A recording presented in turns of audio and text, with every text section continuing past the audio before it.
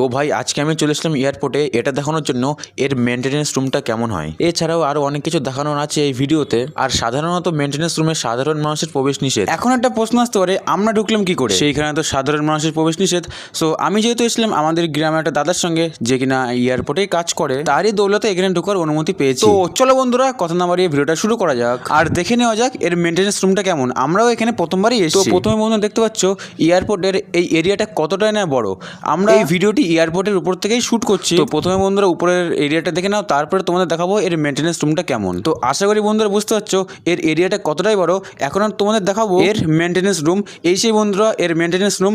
আমরাও যেহেতু প্রথমবার এসেছি এখানে এসে দেখতে পেলাম এর এখনো কাজ চলছে, এখনো অনেক কাজ করা বাকি আছে। তো যাই হোক বন্ধুরা মেনটেনেন্স রুমে তো কাজ চলছে, এটা দেখে আন্দাজ করে নাও এর মেনটেনেন্স রুমটা কতটাই বিশাল আর বড়। তো তারপর সেখান থেকে বেরিয়ে আমরা সাইডে একটা রুমে চলে এসলাম। এটাও একটা মেনটেনেন্স রুম, দেখতে পাচ্ছ এরও অনেকটা কাজ হয়ে গেছে। আর বন্ধুরা একটা জিনিস লক্ষ্য করেছো এই মেনটেনেন্স রুমগুলো দেখতে পাচ্ছ কতটাই না বড় এরিয়া জুড়ে আছে। তো বন্ধুরা আশা করি বুঝতে পারছো এর মেনটেনেন্স রুমটা কেমন। আর ভাও বন্ধুরা এই সমস্ত জায়গায় সাধারণ মানুষের প্রবেশ নিষেধ।